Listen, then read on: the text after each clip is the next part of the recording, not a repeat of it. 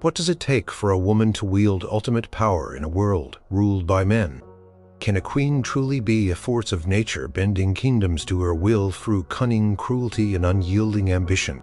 For centuries, from the shadows of the early medieval period to the twilight of the Middle Ages, some queen consorts defied expectations, forging legacies etched in blood and fear.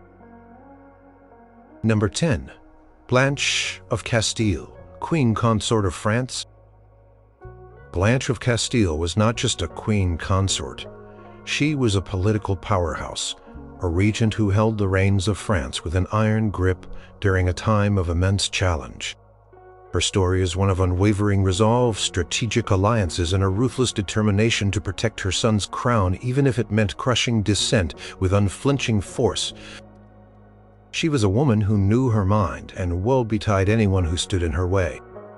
Born in 1188, Blanche was the daughter of King Alfonso VIII of Castile and Eleanor of England, a daughter of the legendary Eleanor of Aquitane. This lineage meant royal blood ran thick in her veins, and perhaps some of the formidable will of her famous grandmother. Her marriage in 1200 to Louis, the eldest son of King Philip II, Augustus of France, was a political arrangement, part of a peace treaty between England and France. She arrived in France as a young woman, stepping into a world of complex politics and dynastic rivalries. Blanche's early years in France were spent adapting to the French court and raising her numerous children. She proved herself to be intelligent and pious, but it was not until the death of her husband Louis VIII, in 1226, that her true strength emerged. Her son Louis IX was only 12 years old, far too young to rule. The kingdom needed a regent, and Blanche, despite her foreign birth, took on this monumental task. It was a role fraught with peril, for many powerful French barons resented a woman, especially one of foreign origin, holding such sway. The young Louis IX was immediately threatened by a powerful coalition of disgruntled barons, who saw an opportunity to undermine the crown and reclaim their feudal independence. Leading this rebellion was Peter Mauclerc, Duke of Brittany, alongside other influential lords like Hugh X of Lusignan. Blanche, facing a fragmented nobility and a kingdom on the brink of civil war, did not falter. She understood that a strong, decisive hand was needed, and she provided it. Her first act was to secure her son's coronation at Reims, a symbolic gesture designed to legitimize his rule and her regency. She then acted swiftly and decisively against the rebellious barons. She used a combination of military force and clever diplomacy, playing one lord against another. When the barons mustered their forces, Blanche did not shy away from leading her own troops.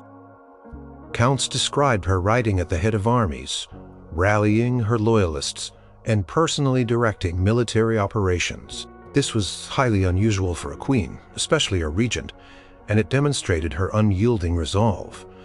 In 1227, the barons launched a full-scale uprising. Blanche responded by personally leading her forces to Nantes, surprising the rebels. She then used a combination of swift marches and strategic maneuvers to suppress their various strongholds. For instance, she laid siege to Balham, a key rebel fortress, and forced its surrender. Her military campaigns were not just about winning battles. They were about projecting the unwavering authority of the crown. She showed no mercy to those who openly defied her. While she did not execute noble rebels indiscriminately, she ensured their submission was complete and their influence diminished. She seized their lands, destroyed their castles, and forced them to swear renewed fealty, often under humiliating conditions. Her ruthlessness extended to her control over her own son.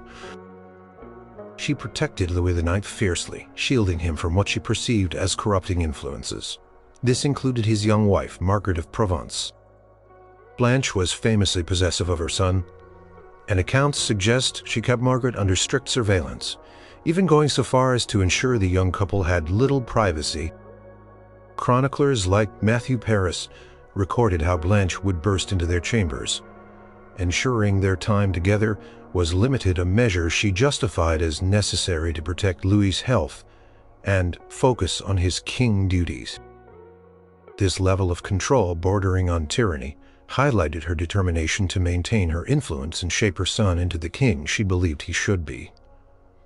Blanche's financial management was also incredibly shrewd. She understood that a strong treasury was essential for a strong monarchy. She implemented strict fiscal policies, ensuring that royal revenues were collected efficiently and that funds were used wisely to support her military campaigns and administrative reforms. She was known for her austerity, which helped stabilize the kingdom's finances during a period of upheaval. One notable instance of her unwavering resolve was the suppression of a student riot in Paris in 1229. After a tavern brawl turned deadly, the university students clashed violently with the townspeople, leading to several deaths. When the University of Paris faculty demanded concessions and compensation, threatening to suspend lectures, Blanche, rather than appeasing them, responded with a firm hand. She ordered a brutal crackdown on the rioters, leading to more deaths. Her actions led to the dispersal of the university's scholars and professors to other cities, an academic exodus that lasted for 2 years. While this move was unpopular, with some it cemented her image as a ruler who would not tolerate disorder, even from the privileged academic class. It was a clear demonstration of her priority, maintaining royal authority above all else. Her regency successfully guided France through a perilous period. By the time Louis IX came of age and began to rule independently, the royal authority had been significantly strengthened, the barons largely subdued, and the kingdom stabilized. Blanche had navigated a complex political landscape with a blend of shrewd diplomacy, decisive military action, and an iron will. She had faced down ambitious nobles, rebellious subjects, and even her own family members to ensure the supremacy of the French crown. Even after her son took the throne, Blanche remained a powerful figure, continuing to advise him and exert significant influence. She effectively served as co-ruler for much of his early reign. When Louis IX embarked on the Seventh Crusade in 1248, he once again entrusted the regency of France to his formidable mother. She again proved her capability, managing the kingdom's affairs and raising funds to support her son's expedition. She died in 1252, leaving behind a legacy of a queen who was not just a consort, but a true force of nature, a regent whose ruthless pursuit of stability and power laid the groundwork for one of France's most successful reigns. Her contemporaries often spoke of her intelligence and piety, but beneath that veneer was a shrewd politician and a resolute leader who would stop at nothing to secure the future of her dynasty. Number 9. Margaret of Anjou, Queen Consort of England. The Wars of the Roses, a brutal dynastic struggle for the English throne, tore England apart in the 15th century. At the heart of the Lancastrian cause, leading armies, making treaties, and fiercely defending her son's right to inherit, stood Margaret of Anjou. She was not just a queen consort, she was a warrior queen, a strategist, and a ruthless figure who would stop at nothing to ensure her family's triumph, earning her the moniker, the She-Wolf of France, from her Yorkist enemies. Born in 1430, Margaret was the daughter of René I of Anjou, King of Naples, and Isabella, Duchess of Lorraine. Her marriage in 1445 to King Henry VI of England was intended to forge peace between England and France, ending the protracted 100 Years' War. However, this peace was fragile, and Margaret soon found herself navigating the treacherous waters of English court politics. Henry VI was a pious and gentle man, but he suffered from bouts of mental illness, leaving a power vacuum that Margaret, with her strong will and sharp intellect, was quick to fill. As Henry VI's mental state deteriorated, particularly after 1453, Margaret stepped forward to protect her husband's crown and her son Edward's claim to the throne. This was a critical moment, as Richard, Duke of York, began to assert his own claim to the throne, sparking the beginning of the Wars of the Roses. Margaret knew that her son's inheritance and her own position depended entirely on her ability to lead and fight. Margaret's ruthlessness was evident in her determination to stamp out any challenge to the Lancastrian line. She became the de facto leader of the Lancastrian faction, rallying nobles loyal to her and her husband. She personally raised armies, negotiated alliances, and commanded forces in battle. This was an unprecedented role for a queen consort in England, and it brought her into direct conflict with the powerful Duke of York and his allies. One of Margaret's most infamous acts occurred after the Battle of Wakefield. In December 1460, the Lancastrians, under Margaret's effective leadership, achieved a decisive victory, and Richard, Duke of York, was killed in battle. Counts vary, but it is widely reported that Margaret, or her commanders acting on her behalf, ordered the display of the Duke of York's head, adorned with a paper crown, on the walls of York City. This was a gruesome and deeply humiliating act, a clear message of Lancastrian dominance and Margaret's refusal to tolerate opposition. It was a chilling testament to her fierce and unforgiving nature, a psychological blow designed to terrorize her enemies. Her ruthlessness was further displayed in the Second Battle of St. Albans in February 1461. Margaret's army again triumphed over the Yorkist forces led by Richard Neville, Earl of Warwick, the Kingmaker. After the battle, she recovered her mentally incapacitated husband, Henry VI, who had been held captive by the Yorkists. In the aftermath of this victory, Margaret allowed her victorious, largely northern army to plunder the wealthy towns and villages of southern England, particularly St. Albans. This scorched earth policy was not merely about spoils, it was a deliberate tactic to punish the Yorkists leaning south and to instill fear. Chroniclers recorded the widespread devastation and terror wrought by her forces, a stark reminder of her willingness to use brutal means to achieve her objectives. Margaret's campaigns were often characterized by their brutality. She was relentless in pursuing her enemies, showing little mercy to those who had opposed her. For instance, in the aftermath of various battles, she did not hesitate to approve the execution of captured Yorkist lords and knights, seeing them as traitors rather than honorable adversaries. Her actions cemented her reputation as a formidable, if fearsome military leader, capable of inspiring loyalty among her own troops, but striking terror into the hearts of her foes. She made alliances with other European powers, tirelessly seeking support for her cause. She even traveled to France, securing aid from King Louis XI, exchanging the strategically important Channel Islands for military and financial assistance. This demonstrated her willingness to sacrifice English territorial interests for the sake of her son's claim, a pragmatic, and some would say, ruthless political calculation. The tide of the war eventually turned against her. After the decisive Yorkist victory at the Battle of Towton in March 1461, Margaret and her son were forced into exile. Yet even in exile, she refused to give up. For years, she tirelessly plotted and fought, attempting to regain the throne for her husband and son. She orchestrated a daring alliance with her former enemy, the Earl of Warwick, who had by then fallen out with the Yorkist King Edward IV.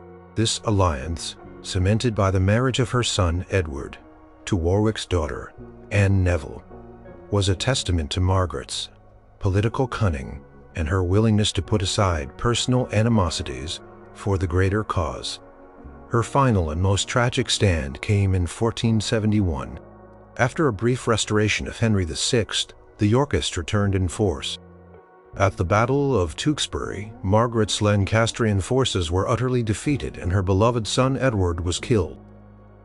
Some accounts suggest he was slain in the aftermath of the battle, possibly by the Yorkist leaders themselves. This devastating loss broke Margaret's spirit. She was captured and imprisoned, first in the Tower of London, then at Wallingford Castle, before being ransomed by Louis XI of France in 1475. Margaret of Anjou died in France in 1482. Far from the throne she had fought so fiercely to defend, her legacy is complex.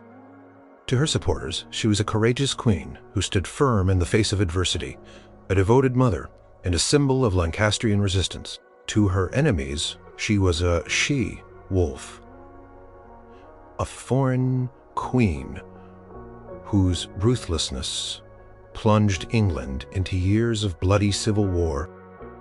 Regardless of perspective, her actions during the Wars of the Roses undeniably mark her as one of medieval England's most formidable and ruthless queen consorts. A woman who led armies, executed enemies, and sacrificed everything for her dynasty's survival. She redefined the role of a queen, proving that even a consort could wield immense power and wield it with unforgiving force. Number 8. Isabella of France, Queen Consort of England.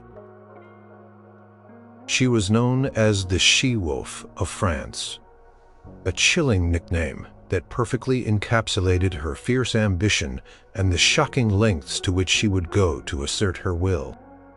Isabella of France, Queen Consort of King Edward II of England, turned against her own husband, aligning with his enemies, and ultimately orchestrating his downfall in one of the most dramatic and brutal coups in English history. Her story is a stark reminder that in the medieval world, power could shift unexpectedly, even within the most sacred of institutions, marriage. Born around 1295, Isabella was the daughter of King Philip IV of France, known as Philip the Fair, a ruler of immense power and cunning. Her brothers would also become kings of France. She was married to Edward II of England in 1308, a union intended to solidify peace between the two great European powers. Young, beautiful, and intelligent, Isabella initially hoped for a loving and fruitful marriage. However, her husband, King Edward II, proved to be an unconventional monarch. He was known for his favoritism toward male companions, particularly Piers Gaveston, who held undue influence over the king and the kingdom. Isabella's early years in England were marked by increasing frustration and humiliation due to Gaveston's arrogance and Edward's neglect. Gaveston openly insulted Isabella and her French family, and Edward consistently prioritized his favorite's company over his queen's. This public disrespect was a severe blow to Isabella's pride and her standing as queen. The English barons, equally incensed by Gaveston's power, eventually forced Edward to banish him. But Edward later recalled Gaveston, leading to renewed conflict and Gaveston's eventual capture and execution by the barons in 1312. For a time, Isabella tried to work within the confines of her marriage, even giving birth to 4 children, including the future King Edward III. However, Edward II's continued reliance on new favorites, particularly the Despencer family. Father Hugh and son Hugh the Younger reignited the political instability. The Despensers were even more rapacious and overbearing than Gaveston, seizing lands and wielding power arbitrarily. They openly disrespected the queen, denying her access to funds and even seizing her personal estates. By the 1320s, Isabella found herself isolated and effectively imprisoned within her own court, treated as an adversary by the Despensers and neglected by her husband. This continuous humiliation, coupled with the instability of Edward II's reign and the Despensers' tyranny, pushed Isabella to her breaking point in 1325. She seized an opportunity to escape. She was sent to France to negotiate a peace treaty with her brother, King Charles IV, regarding the disputed Aquitaine territory. While in France, Isabella refused to return to England, openly declaring her intention to remain until the Despensers were removed from power. It was in France that Isabella's ruthless plan began to take shape. She entered into a scandalous affair with Roger Mortimer, a powerful English baron who had been imprisoned by Edward II and the Despensers before escaping to France. Mortimer was a formidable warrior and a cunning politician, and together Isabella and Mortimer formed a powerful alliance against Edward II. Their relationship was not just personal. It was a political partnership aimed at overthrowing the king. Isabella and Mortimer began to gather support from English exiles and discontented nobles. They used their combined influence to raise an army, securing mercenaries, and even gaining the backing of William I, Count of Hainaut, whose daughter, Philippa, was betrothed to Isabella's son, the young Prince Edward. This marriage alliance provided vital financial and military resources. In September 1326, Isabella Mortimer and their invasion force landed in England. The landing was met with widespread support. Edward II's regime, already deeply unpopular due to the Despensers' misrule, most of the kingdom rallied to Isabella's banner. The Despensers were quickly captured. Isabella showed no mercy to her former tormentors. Hugh Despenser the Elder was captured and swiftly executed. His son, Hugh the Younger, was subjected to a particularly brutal and public execution, hanged, drawn, and quartered, a fate Isabella likely personally approved. This grim spectacle served as a warning to any who might oppose her. Edward II himself was captured in November 1326. Isabella and Mortimer faced a dilemma. A king could not simply be deposed without severe repercussions. Their solution was ingenious and ruthless. They coerced Edward II into abdicating in favor of his son, Edward III, in January 1327. This act was presented as a voluntary resignation, though everyone knew it was forced. Isabella and Mortimer then ruled as regents for the young king. However, the deposed king remained a potential rallying point for opposition. Edward II was imprisoned, moved from castle to castle, and eventually, in September 1327, he met a horrific end at Berkeley Castle. While the exact circumstances of his death are debated by historians, it is widely believed that Isabella and Mortimer orchestrated his murder. The method, reportedly a red-hot poker inserted into his anus to leave no external marks, was designed to be agonizing and to make it appear as if he died of natural causes, specifically a rupture of the bowels.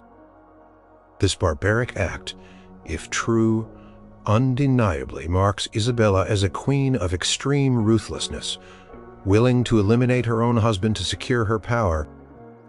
For the next few years, Isabella and Mortimer effectively ruled England. Mortimer enriched himself and Isabella, and they wielded absolute power. They crushed any remaining resistance, executed rivals, and governed with an iron fist. However, their rule grew increasingly unpopular. The young King Edward III, now reaching maturity, resented his mother's control and Mortimer's dominance. In 1330, Edward III launched his own coup. With the help of loyal nobles, he stormed Nottingham Castle, where Isabella and Mortimer were staying. Mortimer was captured, tried, and executed as a traitor, hanged at Tyburn.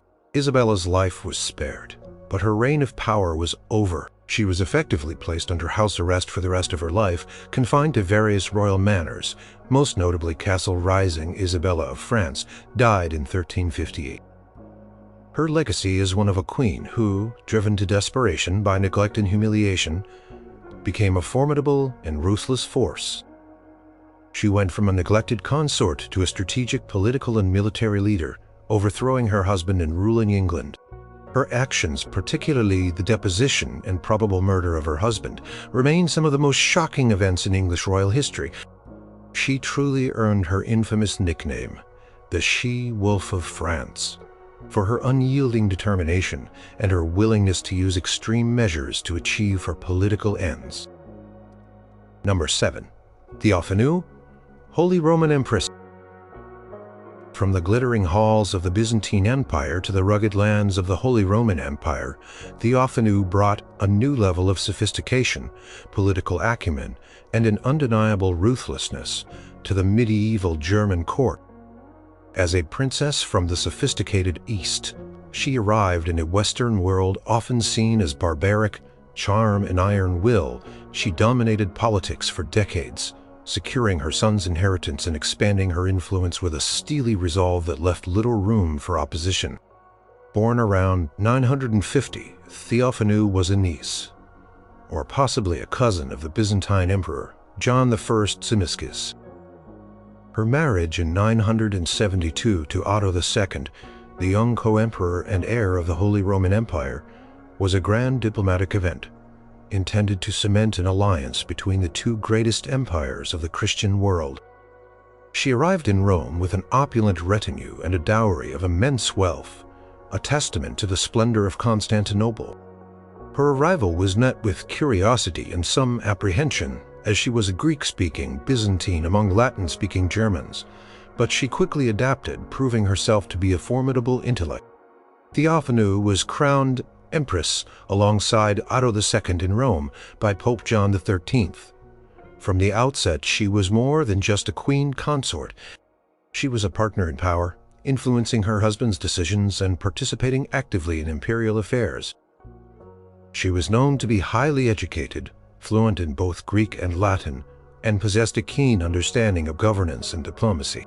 She was often seen sitting beside Otto II during court proceedings, offering advice and insights. Her true ruthlessness, however, emerged after the sudden death of Otto II in 983. Leaving their young son, Otto III, just 3 years old, as the sole heir, the kingdom was plunged into crisis, and a powerful coalition of German nobles, led by Duke Henry II of Bavaria, known as Henry the Quarrelsome, attempted to seize control of the child king and usurp the regency from Theophanu. Henry kidnapped young Otto III, intending to crown himself king. Theophanu responded with astonishing speed and political cunning. Instead of succumbing to despair, she gathered her allies, particularly Archbishop Willigis of Mainz, and asserted her legal right to the regency. As the child's mother and empress, she skillfully outmaneuvered Henry the Quarrelsome, using diplomacy and strategic appeals to the other powerful magnates of the empire. She publicly demanded the return of her son, emphasizing her legal claim and the sanctity of the imperial line. Her fierce determination impressed many of the German princes who, despite their earlier reservations, recognized her strength and the threat Henry posed to their own positions if he succeeded in his ambitions. In 984, Theophanu, through a combination of relentless pressure and political maneuvering, forced Henry to surrender Otto III. This was a triumph of will and intellect over brute force. Once she had her son back, Theophanu did not hesitate to consolidate her power. She effectively sidelined any other contenders for the regency, including her mother-in-law, Empress Adelaide. While Adelaide was a respected figure, Theophanu ensured that ultimate authority rested solely with her. She appointed loyal officials and vigorously asserted her control over the imperial court and administration. During her regency, which lasted for a decade until her death in 991, Theophanu governed with an iron fist. She held her own court-issued decrees and even accompanied her son on military campaigns. A rare feat for a medieval empress, she was known for her strict administrative reforms and her determination to strengthen imperial authority. She suppressed rebellions with force and dealt decisively with any perceived threats to her son's reign. For instance, when the Slavic tribes on the eastern frontier threatened the empire, Theophanu personally oversaw military preparations and dispatched armies, showing a military prowess not typically associated with women of her era. Her Byzantine heritage often informed her approach to governance. She introduced new ceremonies and cultural elements from Constantinople, elevating the imperial court's grandeur and further solidifying the emperor's divine right to rule. This was a subtle but effective way to reinforce the power of the throne and, by extension, her own position as regent. She maintained a close relationship with the papacy, ensuring the church's support for her regency and her son's rule. Theophanu's ruthlessness was not always about overt violence. It was often about absolute control and unwavering resolve. She was pragmatic, understanding that alliances shifted and that she needed to be constantly vigilant. She skillfully managed a complex web of German noble rivalries, playing them off against each other to maintain her authority. She was not afraid to use threats or to impose severe penalties on those who challenged her. Accounts from contemporary chroniclers describe her as a woman of immense intelligence and strong character, often seen as challenging traditional gender roles of the time. One example of her firm hand was her handling of the issues. In Italy, the Holy Roman Empire had significant interests there, often requiring the direct intervention of the emperor. Theophanu, recognizing the importance of maintaining control over these territories, traveled to Italy herself with her son in 989. She held court in Rome and other Italian cities, settling disputes, dispensing justice, and demonstrating the continued strength of imperial power. Even under a regency, she quelled unrest and reasserted imperial dominance over rebellious factions, often through swift and uncompromising decisions. Theophanu died in 991, leaving behind a stable and strengthened empire for her young son, Otto III, who was then 11 years old. Her regency is considered one of the most successful in the history of the Holy Roman Empire. She had not only protected her son's claim, but had also expanded imperial influence, particularly in Italy, and solidified the administrative structures of the realm. Her actions set a precedent for future empresses and demonstrated that a woman could rule with the same, if not greater, authority and effectiveness than a male monarch. Theophanu was a testament to the power of intellect and unyielding will in a world where brute force often reigned supreme, proving that ruthlessness could be wielded through political mastery as much as through the sword. Number 6. Adelaide of Burgundy, Holy Roman Empress. Adelaide of Burgundy was a woman who endured profound personal tragedy, including imprisonment and the brutal murder of her first husband, only to rise from the ashes of despair to become one of the most powerful and influential figures of the 10th century. Her story is one of astonishing resilience, strategic marriages, and a fierce determination to wield imperial power, not merely as a consort, but as a true co-ruler and regent. Her ruthlessness was born of necessity and ambition, as she navigated a landscape of power struggles, rivalries, and open rebellion to secure her dynasty. Born around 931, Adelaide was the daughter of Rudolf II of Burgundy and Bertha of Swabia. Her first marriage was to Lothair, the second king of Italy. However, Lothair's reign was short-lived and turbulent. He died in 950, widely believed to have been poisoned by his rival Berengar II of Ivrea. Berengar then attempted to force Adelaide to marry his son, Adalbert, to consolidate his power over Italy. Adelaide, horrified by this prospect and suspicious of Berengar's role in her husband's death, fiercely refused. Her defiance had severe consequences. Berengar imprisoned Adelaide, holding her captive in a castle on Lake Garda, reportedly subjecting her to cruel treatment and humiliation. This period of captivity forged an unyielding spirit within her. She eventually managed a daring escape, often attributed to the intervention of a priest who dug a tunnel for her. She fled to Canossa Castle, seeking protection from Bishop Adalbert of Reggio, a loyal supporter of her late husband.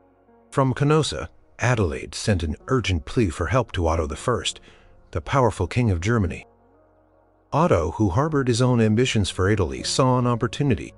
He marched his armies into Italy, defeated Berengar II, and rescued Adelaide. Their alliance quickly blossomed into marriage in 951, elevating Adelaide to the position of Queen of Germany and, subsequently, Holy Roman Empress when Otto was crowned emperor in Rome. Quieted, Adelaide's marriage to Otto I was more than a political union. It was a partnership of immense power. She was intelligent, politically astute, and proved to be an invaluable advisor to her husband. She played an active role in imperial administration, diplomacy, and religious affairs. Otto I deeply respected her counsel, and she became a significant force in shaping imperial policy, especially concerning Italy.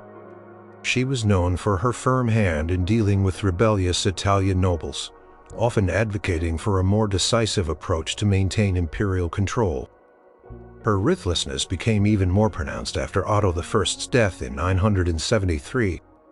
Her son, Otto II, became emperor, and Adelaide initially remained a powerful figure at court. However, Otto II's wife, the Byzantine princess Theophanu, was also highly ambitious and politically adept. A fierce rivalry developed between the two empresses, both vying for influence over Otto II and the future of the empire. This rivalry eventually led to Adelaide's temporary exile from court, a clear indication of Theophanu's success in isolating her mother-in-law. But Adelaide was not a woman to be kept down. Her resilience was extraordinary. When Otto II died unexpectedly in 983, leaving the child Otto III as emperor, Theophanu took up the regency. However, upon Theophanu's death in 991, the regency for the young Otto III passed to his grandmother, Adelaide, alongside other prominent figures. Adelaide, now in her 60s, seized this second opportunity to wield power with unwavering authority. As regent, Adelaide proved to be an incredibly effective and resolute ruler. She faced numerous challenges, including the ambitions of powerful German magnates, unrest in Italy, and external threats. She governed with a firm hand, using her vast experience and network of contacts to secure stability. She rigorously enforced imperial authority, suppressed rebellions, and ensured the continued loyalty of the nobility. Her primary objective was to safeguard the young emperor's inheritance, and to strengthen the imperial institution. She showed little tolerance for dissent or weakness. Her long years in the cutthroat world of medieval politics had hardened her. She knew that power had to be asserted unequivocally. She continued to support the church, seeing it as a crucial pillar of imperial power. But she also ensured that the church remained subservient to the imperial will. She intervened in monastic reforms, appointed bishops, and used ecclesiastical resources to further her political goals. One of Adelaide's key focuses was on Italy. She understood its strategic importance and worked tirelessly to reassert imperial control over the fractious Italian nobility. She traveled extensively, holding court, issuing charters, and settling disputes. Her presence alone, coupled with her formidable reputation, often quelled unrest.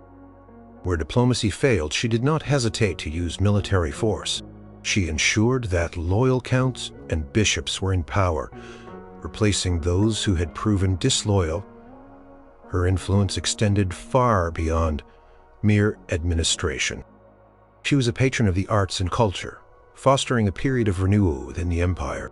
But even these benevolent actions were part of a larger strategy to enhance the prestige and stability of the imperial court, thus strengthening the power of the emperor and the regency. She was known for her shrewdness in financial matters, ensuring the imperial treasury remained strong to support military campaigns and administrative needs. Adelaide continued to serve as regent until Otto III came of age, around 994. Even after he began to rule independently, she remained an influential advisor, particularly on Italian affairs. Her relationship with her grandson was close, and he held her in high regard, respecting her wisdom and experience. Adelaide of Burgundy died in 999.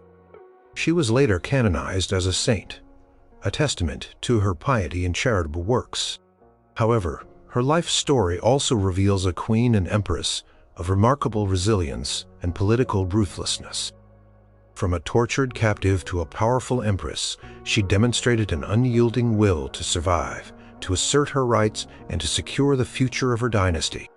She navigated the treacherous waters of 10th century European politics with cunning strength and a relentless determination to exert imperial power, making her one of the truly formidable figures of her time. Number 5. Olga of Kiev, regent of Kiev and Rus. In the chronicles of Kiev and Rus, few figures command as much awe and fear as Olga, the wife of Prince Igor, and a regent whose vengeance was so swift and brutal that it became legend. She wasn't born into royalty, but she ascended to power, and when tragedy struck her family, she unleashed a wave of retribution that was utterly merciless, cementing her place as a force of nature and a ruthless ruler in the early medieval Slavic world. Her actions are a testament to how far a determined woman would go to protect her lineage and assert authority in a brutal age. Olga's origins are somewhat debated, but she is generally believed to have been of Varangian or Norse descent. Born around 890, she married Igor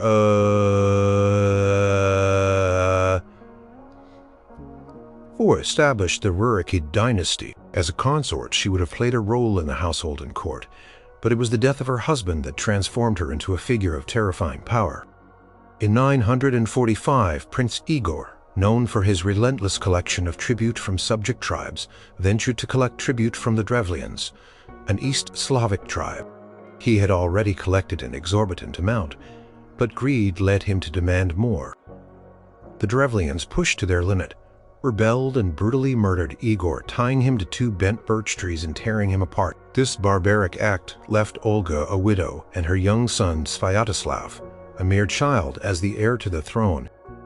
The Drevlians, foolishly believing they could exploit the situation, then compounded their error by sending envoys to Olga, proposing that she marry their prince Mal and thereby transfer the rule of Russes to them.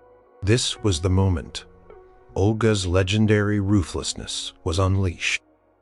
She feigned acceptance, setting in motion a series of elaborate and horrifying acts of vengeance that would send a clear, bloody message throughout the lands of Rus. Her first act of revenge was against the Drevlian envoys themselves. When their delegation arrived, boasting of their wealth and their prince's virtues, Olga publicly honored them, inviting them to rest in a bathhouse. While they were inside, she had the bathhouse locked and set on fire, burning them all alive.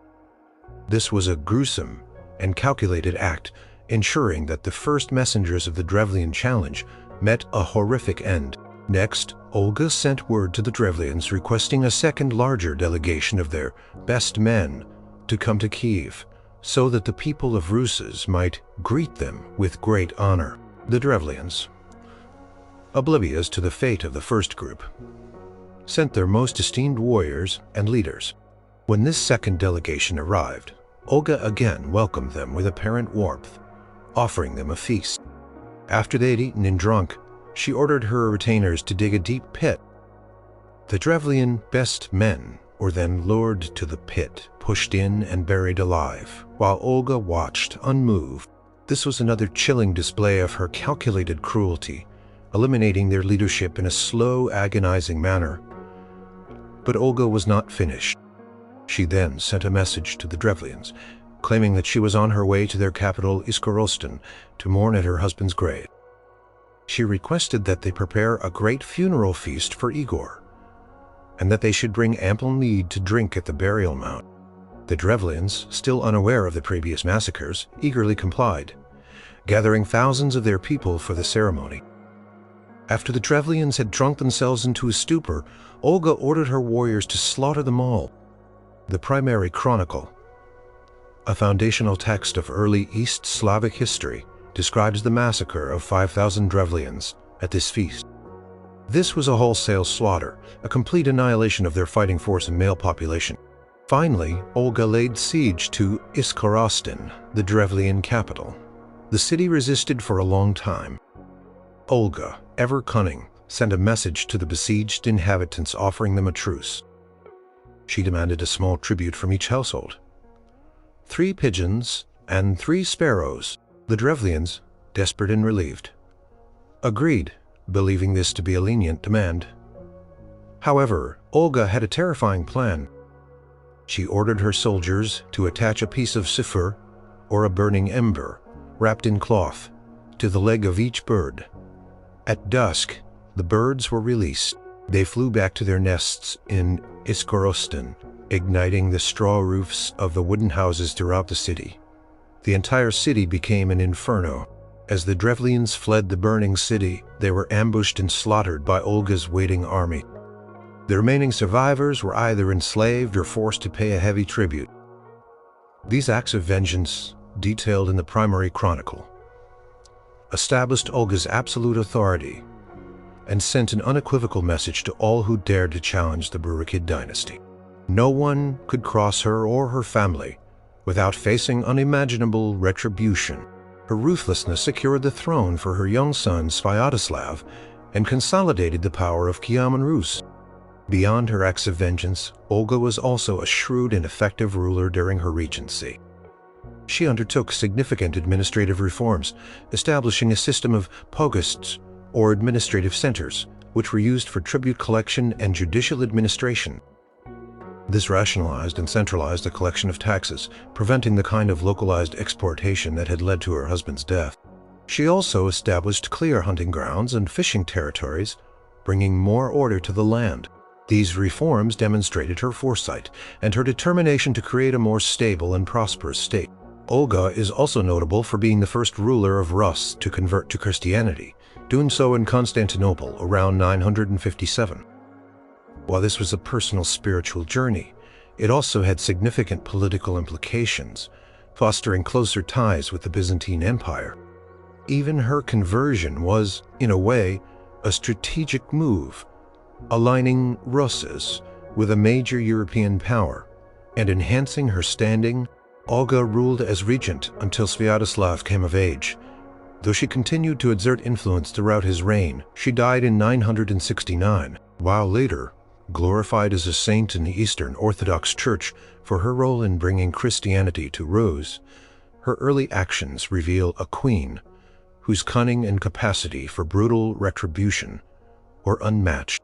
She demonstrated that a queen could wield power with an intensity that few kings could match, creating a legacy of fear and respect that ensured the survival and growth of the nascent Kievan Rus state. Her story remains a powerful testament to the cold, calculated fury of a medieval queen scorned.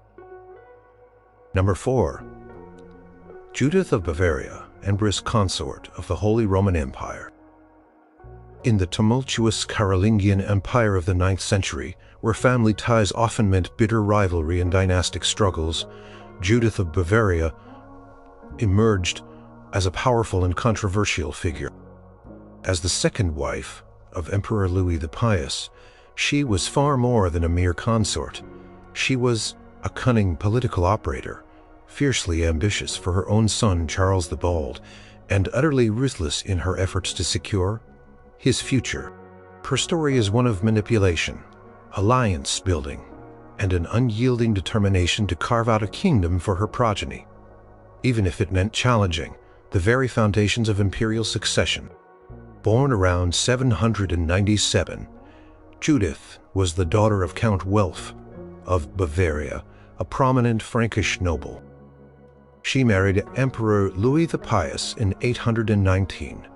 Following the death of his first wife, Louis already had 3 adult sons from his previous marriage: Lothair, Pepin, and Louis the German. These sons had already been designated as heirs in Louis' Ordinatio Imperii of 817, a decree that established Lothair as the primary co-emperor and eventual sole heir. Judith's arrival disrupted this established order. From the moment she entered the imperial court, Judith exerted considerable influence over Louis. She was described as beautiful, intelligent, and eloquent, and she quickly gained the emperor's deep affection and trust. Unlike many consorts, Judith was not content to remain in the background. She was ambitious, particularly after the birth of her own son Charles in 823. Her primary goal became clear: to ensure that Charles received a substantial inheritance, a kingdom of his own, alongside his elder half-brothers. This ambition immediately put her at odds with Louis's 3 elder sons, who saw Charles as a threat to their established portions of the empire. Judith persuaded Louis to revise the Ordinatio Imperii in 829, creating a new kingdom for Charles, centered in Alemannia, modern-day southern Germany and Switzerland. This act, orchestrated largely by Judith, triggered a series of devastating civil wars that would plague the empire for the remainder of Louis the Pious's reign. Judith's ruthlessness was evident in her political maneuvering.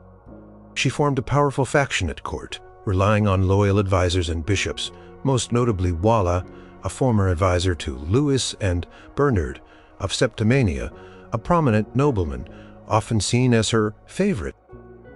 She actively sought to discredit and weaken her stepsons, particularly Lothair, the designated principal heir. She used her influence over Louis to dismiss officials loyal to the elder sons and replace them with her own supporters. The civil wars were brutal. In 830, the elder sons rebelled, accusing Judith of adultery and witchcraft, charges likely fabricated to discredit her and weaken her hold over the emperor. They briefly deposed Louis and forced Judith into a convent. This was a direct assault on her power, and it showed the lengths to which her enemies would go to remove her. However, Judith, with her indomitable spirit, did not remain defeated for long. Louis soon regained control, and Judith, through her sheer political acumen and her strong influence over her husband, was reinstated. She even managed to have Bernard of Septimania cleared of the adultery charges, though he later fell from favor.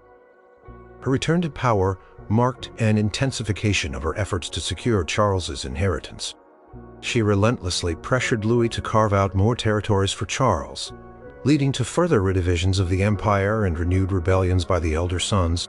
The empire became a battlefield of familial strife, with Judith often seen as the instigator, driving Louis to disinherit or reduce the portions of his other sons to favor Charles. In 833, the empire plunged into a major crisis. The elder sons again rebelled, this time with the support of Pope Gregory IV. At the Field of Lies near Colmar, Louis the Pious's army deserted him, swayed by papal influence and the sons' accusations. Louis was deposed, and Judith was once again sent to a convent, this time to Tortona, in Italy. This was another attempt to permanently remove her from the political stage, but Judith's resilience was legendary. Even from the convent, she continued to communicate with her supporters, and within a year, Louis the Pious was back on the throne, largely due to the shifting alliances among his sons, and the growing unpopularity of Lothair's harsh rule. Judith was recalled and reinstated as Empress, her power seemingly unshakable. This ability to bounce back from defeat to continually reclaim her position speaks volumes about her tenacity and her skill at political survival. Upon her return, Judith's determination to secure Charles's future intensified. She continued to advocate for his interests with unwavering force, pushing for further redivisions of the empire that disproportionately favored Charles. She was instrumental in negotiating alliances that benefited her son, often at the expense of her stepsons. She was not above using intimidation or leveraging her influence to ensure her wishes were carried out. The endless conflicts and realignments of this period were largely a result of her relentless push for Charles to gain an equal, if not superior, share of the empire. When Louis the Pious died in 840, the civil wars immediately reignited between his sons. While Judith's direct regency ended, her influence on Charles the Bald was profound. She had groomed him for kingship, instilled in him her own ambition, and secured for him a significant power base. Charles fought fiercely against his brothers, eventually leading to the Treaty of Verdun in 843, which formally divided the Carolingian Empire into 3 kingdoms. Charles the Bald received West Francia, a significant achievement that was largely due to his mother's tireless and ruthless efforts. Judith of Bavaria died in 843. Shortly after the Treaty of Verdun confirmed her son's substantial inheritance. Her legacy is complex. She was a powerful and intelligent empress who successfully navigated the dangerous waters of Carolingian court politics. However, her unwavering ambition for her son also plunged the empire into decades of devastating civil war, contributing significantly to its eventual fragmentation. She was seen by her enemies as a scheming, manipulative woman who put her personal dynastic ambitions above the unity of the empire. But for Charles the Bald, she was the mother who secured his throne, demonstrating a ruthless drive that ensured her bloodline would rule a significant part of the vast Carolingian legacy. Her story stands as a prime example of a medieval queen consort whose personal ambition had far-reaching and often violent consequences for an entire empire. Number 3. Eleanor of Aquitane, Queen Consort of France and England. Eleanor of Aquitane was a queen who shattered expectations, a formidable duchess who became a consort to 2 of Europe's most powerful kings, and a woman whose independent spirit and immense political influence often put her at odds. Her ruthlessness wasn't always about direct violence. It was about an unyielding will, a strategic mind, and a willingness to defy patriarchal norms and even incite rebellion to protect her vast inheritance and her own powerful identity. She was a queen of legendary wealth and influence, and she used both to shape the destinies of kingdoms. Born around 1122, Eleanor was the eldest daughter and heiress of William X, Duke of Aquitaine and Count of Poitou, one of the wealthiest and most culturally sophisticated regents in France. At just 15, upon her father's death, she inherited the vast duchy of Aquitaine, making her the most desirable bride in Europe. Her marriage in 1137 to Louis VII, the King of France, instantly made her Queen of France and doubled the size of the French royal domain. Eleanor was a vibrant, intelligent, and worldly woman, a stark contrast to the pious and monastic Louis VII.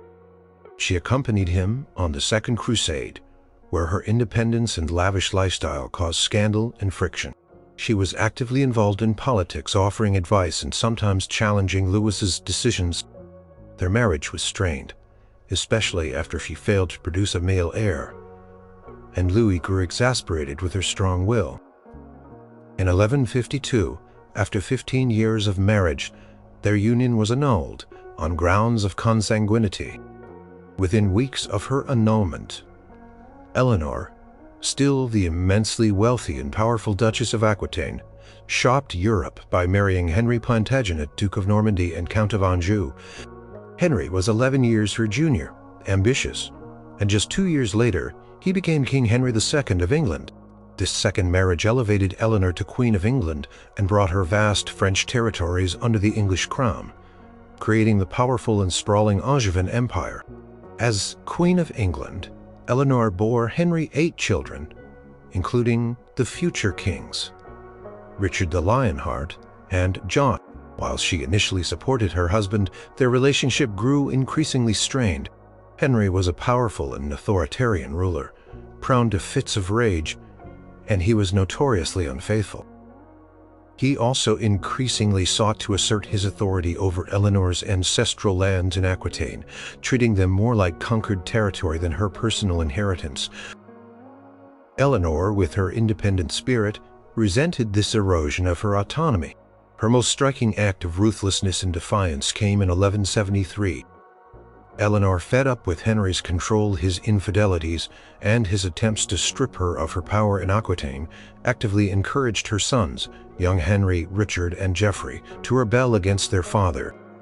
This was an unprecedented act, a queen consort inciting her own children to wage war against their king and father. She even left Henry's court and joined her sons in Poitiers, actively rallying support for their cause. Eleanor's involvement in the Great Revolt of 1173 to 1174 was direct and deeply destructive. She supplied her sons with money from her vast revenues, provided tactical advice, and helped them forge alliances with Henry II's enemies, including King Louis VII of France, her former husband. She was essentially waging war against her own family for the sake of her own power and the independence of Aquitaine. Chroniclers noted her fierce determination and her influence over her sons. The rebellion ultimately failed. Henry II, a brilliant military commander, crushed his son's forces. Eleanor, caught trying to flee to France, disguised as a man, was captured by Henry's agents for her role in the rebellion. Henry II imprisoned her. She was held under house arrest for the next 16 years, moving between various castles across England, a prisoner of her own husband. This long imprisonment was Henry's way of neutralizing her power and her influence over their sons. Even from captivity, Eleanor continued to exert a subtle yet powerful influence. She was a symbol of resistance for her sons, and her suffering fueled their continued resentment towards their father. When Henry II died in 1189, Eleanor, now in her late 60s, was immediately released by her beloved son Richard I, who became king. Upon her release, Eleanor immediately resumed her role as a powerful matriarch and political force. She effectively acted as regent for England, while Richard was away on the Third Crusade and later during his captivity in Austria. She demonstrated incredible energy and political skill, traveling across England, holding court, issuing orders and raising the enormous ransom needed to free Richard. She was ruthless in collecting these funds, imposing heavy taxes and leveraging her own wealth and influence. Her political prowess was evident in her final years. She outlived all her children except for King John. She actively worked to secure John's succession to the throne, traveling to France to negotiate treaties and ensure the stability of the Angevin Empire. She even escorted her granddaughter, Blanche of Castile, from Spain to France for her marriage to Louis VIII, a testament to her diplomatic skills and enduring influence. Eleanor of Aquitane died in 1204 at the astonishing age of 82. She was buried at Fontfroid Abbey alongside Henry II and Richard I. Her legacy is immense. She was a queen who transcended the traditional role of a consort, a powerful duchess in her own right, and a political operator of exceptional skill. She was willing to defy her husband, incite her sons to rebellion, and endure years of imprisonment, all in pursuit of her own power and the interests of her beloved Aquitaine. Her life was a testament to ambition, resilience, and a formidable, often ruthless spirit that challenged the conventions of her age and forever changed the course of European history. She truly was a monarch in all but name. Number 2. Brunhilde of Austrasia, Queen Consort and Regent. Brunhilde of Austrasia was not merely a queen consort. She was a force of nature, a shrewd politician, and a ruthless survivor whose life was dominated by a 50-year struggle for power against her bitter rival, Fredegund, and later against her own aristocratic enemies.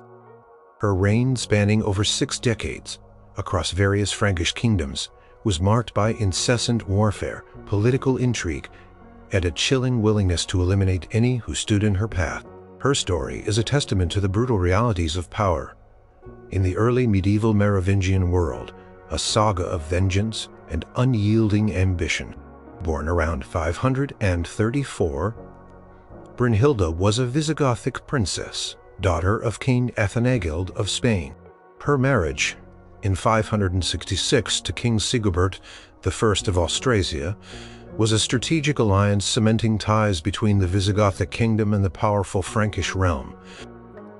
Brunhilde was highly educated, intelligent, and fiercely ambitious, qualities that immediately set her apart from many of her contemporaries. She was a politically active queen from the start, influencing her husband's policies and asserting her presence in the Frankish court. Her life took a dramatic turn with the murder of her sister Galswintha. Galswintha was married to Chilperic I, King of Neustria, Sigibert's half-brother. Chilperic quickly grew tired of Galswintha, and likely at the instigation of his mistress Fredegund, had Galswintha strangled in her bed. This act ignited a bitter blood feud between Brunhilde and Fredegund, a vendetta that would consume their lives and plunge the Frankish kingdoms into decades of internecine warfare. Brunhilde was consumed by a desire for revenge for her sister's death. She pressured Sigibert to wage war against Chilperic and Fredegund.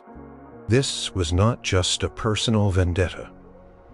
It was a political struggle for dominance between Austrasia and Neustria, fueled by Brunhilde's unwavering determination to see justice for her sister and to punish Fredegund. The conflict escalated, marked by extreme brutality. On both sides, in 575, Sigibert achieved a significant victory and was on the verge of conquering Neustria. However, he was assassinated by 2 of Fredegund's agents who attacked him with poisoned daggers. This left Brunhilde a widow, a foreign queen in a hostile land, and with a young son, Childebert II, as the heir to Austrasia. Brunhilde's survival and rise to power after Sigibert's murder is a testament to her incredible resilience and political cunning. Initially, she was imprisoned by Chilperic, but she quickly escaped and rallied support among the Austrasian nobility. She became the regent for her young son, determined to protect his inheritance and continue her fight against Fredegund. Her regency was marked by an iron will and a ruthless pursuit of her enemies. She purged disloyal nobles, asserted royal authority, and navigated the complex web of Frankish politics with skill. Her ruthlessness manifested in her relentless pursuit of power and her willingness to eliminate rivals. She ruled Austrasia with an autocratic hand, alienating some of the powerful aristocracy who sought to limit royal power. She championed Roman legal traditions and sought to centralize power, which often brought her into conflict with the fiercely independent Frankish magnates. When challenged, she did not hesitate to use force, imprisonment, or even assassination to remove obstacles. Chroniclers of the time, particularly Gregory of Tours, depict her as a formidable, if often cruel. Queen Brunhilde's political influence extended beyond Austrasia.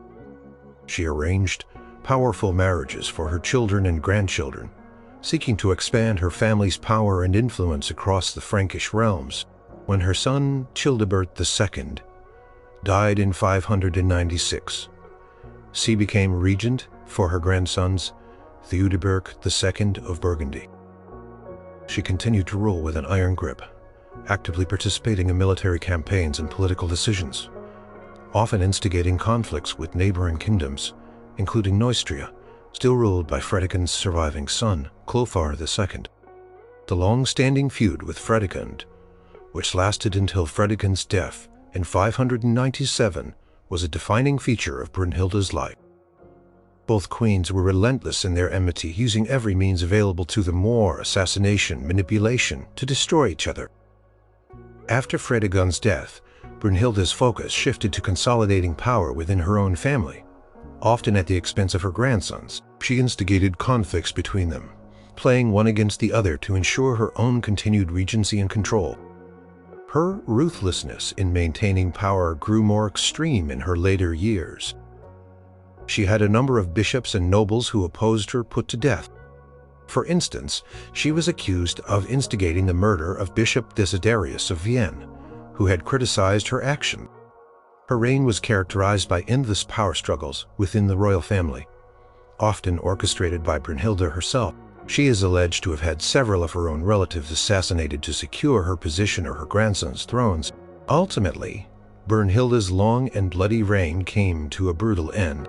In 613, at the age of around 80, she was betrayed by the Austrasian nobility, who had grown weary of her tyrannical rule and constant warfare.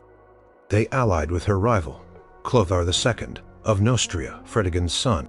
Brunhilde was captured, tortured for 3 days, and then subjected to a horrific public execution.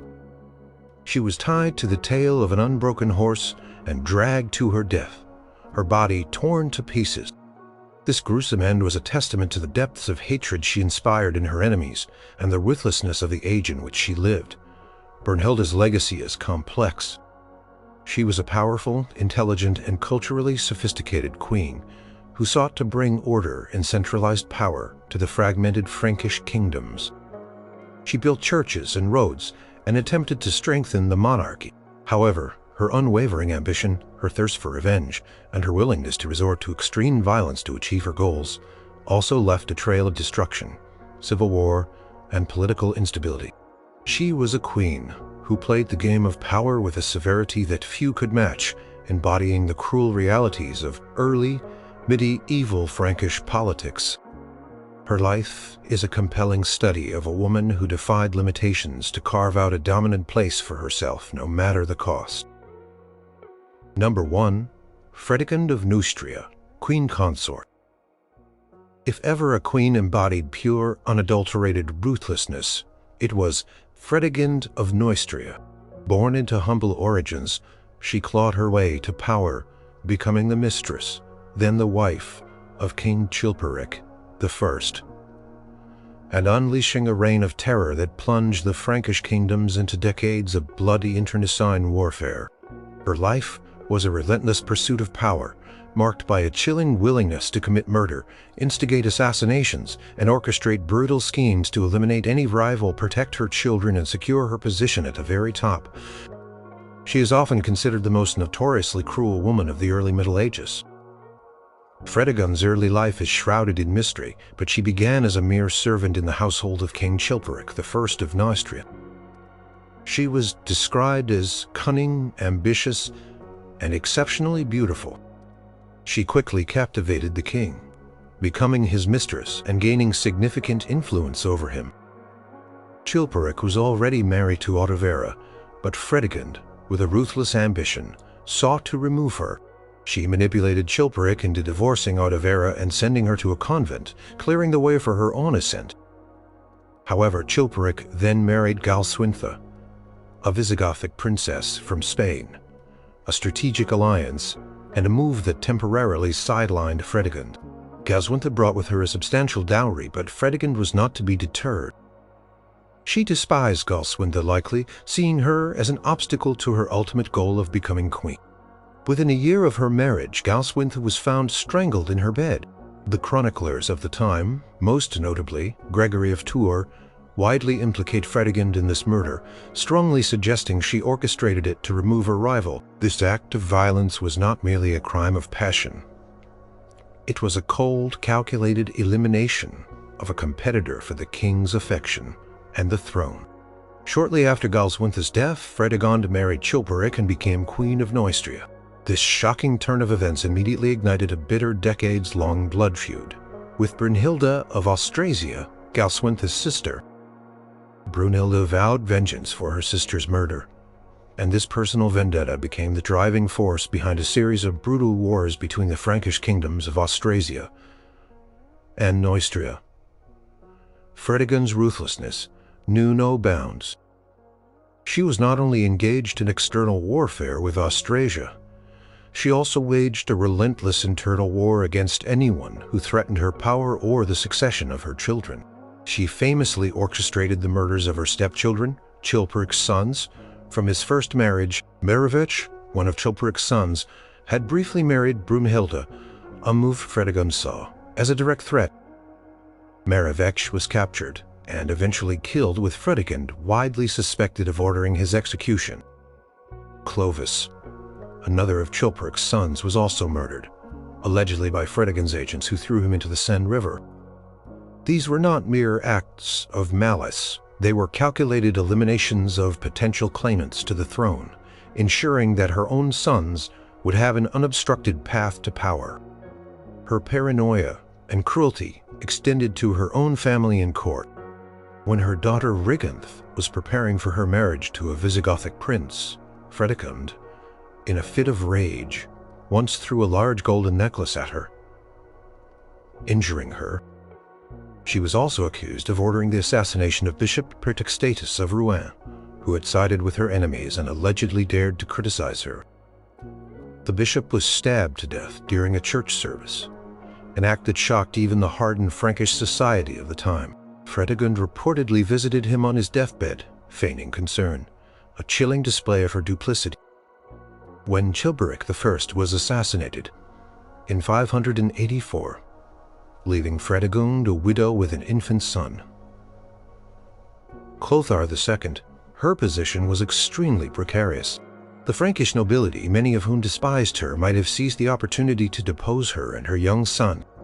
However, Fredegund, despite being a foreign queen by marriage and intensely unpopular, demonstrated extraordinary political acumen and a terrifying resolve to secure her son's throne. She immediately took decisive action. She placed her infant son under the protection of the powerful Duke Guntram of Burgundy, Chilperic's half-brother, leveraging family ties and Guntram's authority to stabilize her position. She then embarked on a campaign of political consolidation.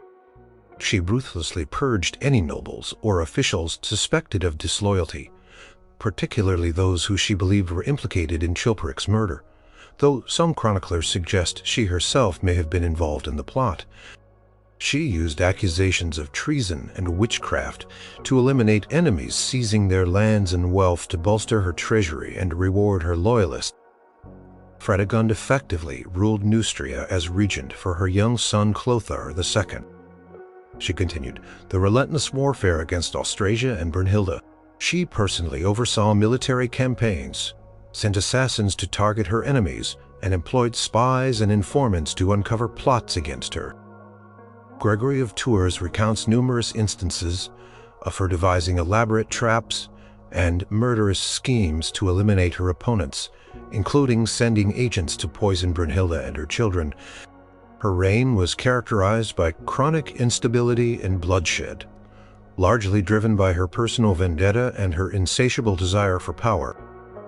Her final years were spent battling Austrasia and its regent Brunhilda. She died in 597, probably of natural causes, having successfully protected her son's throne and left him a strong, if bloodied, kingdom. She escaped the violent end that befell many of her rivals, including Brunhilde. Fredegonde's legacy is undeniably dark. She is remembered as a ruthless, manipulative, and murderous queen, a symbol of extreme cruelty in the early medieval period. Gregory of Tours, her contemporary chronicler, paints a vivid and damning portrait of her, describing her as a woman utterly devoid of conscience, driven solely by ambition and revenge. Her story highlights the extreme lengths to which some medieval queen consorts would go to secure their power and protect their lineage in a violent, unstable world. She was a master of intrigue and a formidable force, leaving a lasting mark of terror on the Frankish kingdoms. She was the very definition of a ruthless medieval queen.